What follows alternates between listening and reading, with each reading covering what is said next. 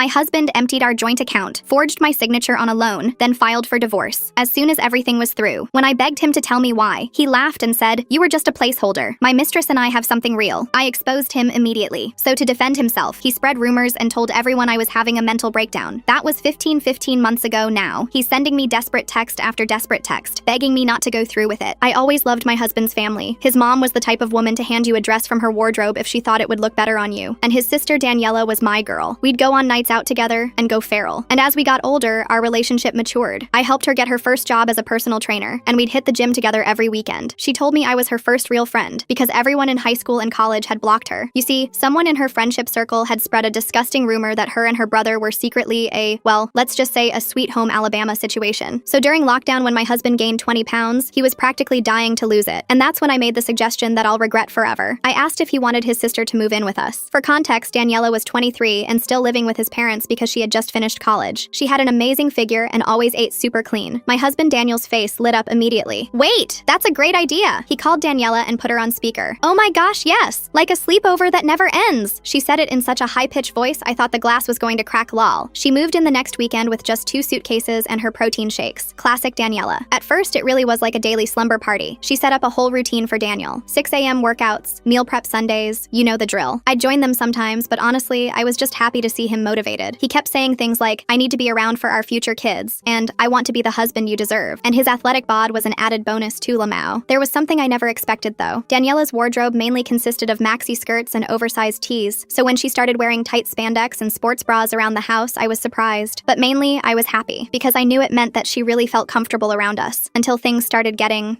intense. I'd wake up to an empty bed and find them in the living room doing partner stretches. When I asked to join, Daniel said I needed my sleep and that my presence threw them off their rhythm. So one day when me and Daniela were doing a yoga sesh together, I asked her to do the same stretch she had done with my husband. So we did, except ours was very different. No face-to-face, no leg-to-leg. In fact, we barely even touched. The whole thing made me feel extremely weird, and I thought back to the rumors Daniela had once told me about.